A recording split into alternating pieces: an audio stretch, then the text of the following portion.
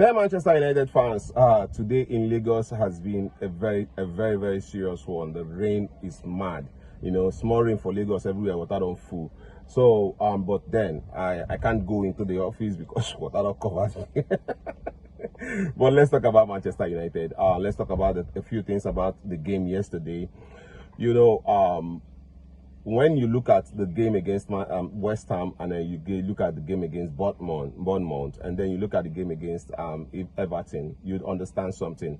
Manchester United look really good against West Ham. They look comfortable, and against Bournemouth, they look really assured and confident.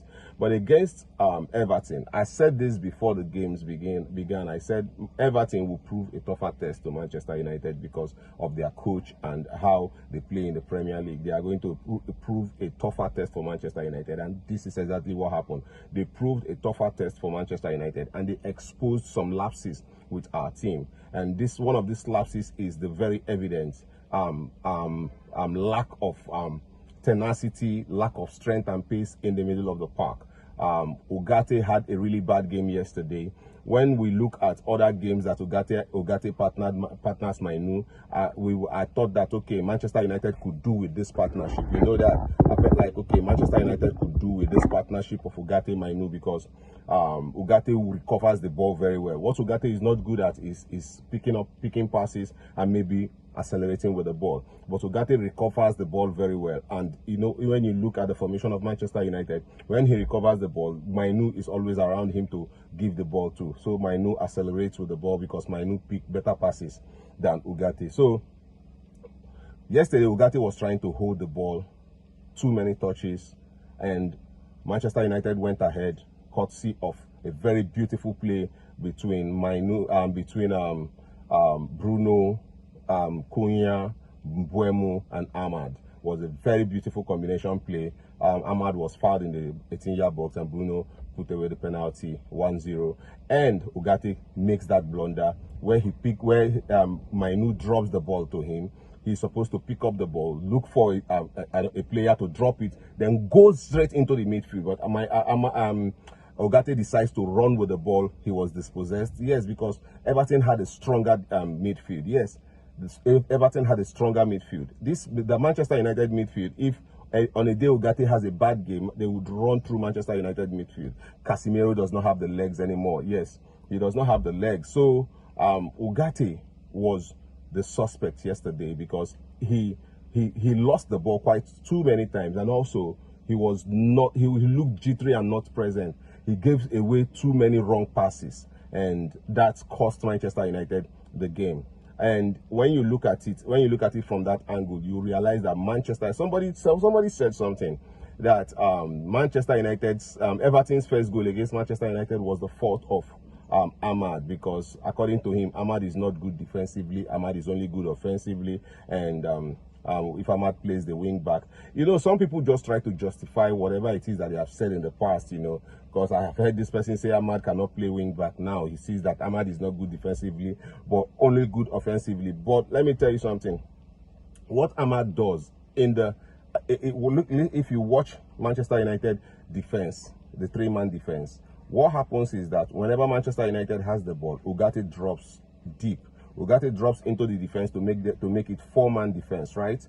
And when Manchester United is without the ball, Ugarte goes forward then Ahmad and Dalot comes back to create a five-man defense. That is what happens when Manchester United is not with the ball. So when Manchester United gets the ball, Ahmad sprints off. Ahmad, Dalot, they sprint off so that they can welcome the ball up front.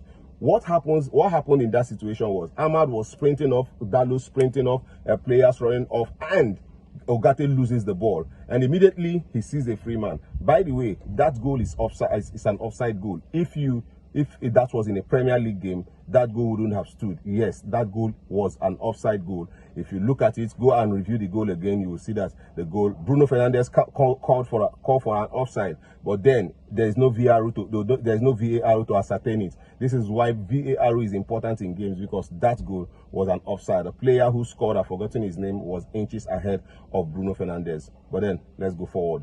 And that was the fault of Ugarte, because Ugarte would have protected the ball better and distributed the ball better. So that was the fault of Ugarte. You cannot blame it on players who already felt like Manchester United has the ball and we are going on the attack, and then all of a sudden the ball comes back. You don't expect them. Even our defenders were running off too before the ball came in. So that goal should be ruled as offside. Then when it came to the second half, Manchester United looked scrappy. Yes, scrappy, because in the middle of the park, there was nobody to hold the ball and dictate play, nobody to control, nobody to dictate the play, nobody to protect the ball properly. And that was a serious problem for Manchester United. Though Manchester United had moments where they looked really clinical, looked really beautiful. They played the ball interchanging and all of that. It was smooth, but it showed evidently that Manchester United had the problems in the midfield.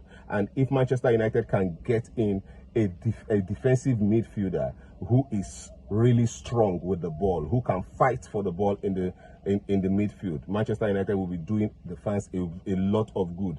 Yes, we need a striker. Looking at yesterday's game, if we had a striker, Manchester United would have done excellently well. In yesterday's game, Bryan Mbeumo and Cunha was saddled with the responsibility of getting Manchester United goals. And when you watch the runs that they did and all of it, you understand that this is something that they did spontaneously, because they have not had the time to stay with the coach, and the coach gives them what to do and how to go about it. But this was, and I think they did okay. I think Bryan Mbeumo, and they did okay. I saw that Bryan Mbeumo and Bruno have not matched yet, you know, how to run, how to make the runs and all of that. But when you look at Bryan Mbeumo, he was comfortable on the ball. He was deep. Sometimes he came deep to help the defense, got the ball, you know, swiggled. You see that thing he did in the midfield where he got the ball. He maneuvered his way out of the midfield. This is what Ugarte is supposed to be doing, but he has not been able to do. He has not been able to do that. Bryan Mbeumo came and did it exceptionally well. Got the ball out there. So I think another evidence we saw was that Manchester United need a goalkeeper. Altay Bayindia looks shaky, unsure, no confidence, and jittery. So this guy, Altay Bayindia, has shown every time he keeps, every time Altay Bayindia is there, he shows why he should not be trusted, you know, and he shows it every time that even though Andre Onana is so bad, he shows that Andre Onana will not relax for Altay Bayindia. Altay Bayindia is far better than Andre Onana. Yes, this is what is very, very evident in that game. So aside from this striking position, the midfield and the goal, I think Manchester United did okay in the preseason. They looked sharp. They looked like they were ready. Yeah, they are ready to go. I felt like they are ready to go. So Manchester United should be in the market looking for players right now. Players like for goalkeepers, for defensive midfielders, and also for a striker. We hope that we can get Benjamin Sesko. Looking at it all around, Benjamin Sesko serves Manchester United better. So going forward, I feel like, okay, we are going to do all right. We are going to do okay in the Premier League. I don't know if we can make top 4 with what I've seen, but I know that Manchester United is going to look really improved. Except Manchester United gets, except we get these two players, a defensive midfielder and a striker. If we get a defensive midfielder and a striker, Manchester United is going to do very well. We might even qualify for top 4. So let's see what happens in the rest of the window. Yes, let's see what happens in the rest of the transfer window. I hope Manchester United will be able to get some players in. A defensive midfielder is very, very important. This is all I have to say. I see you again in my next video. Tell me what you think about all that has happened.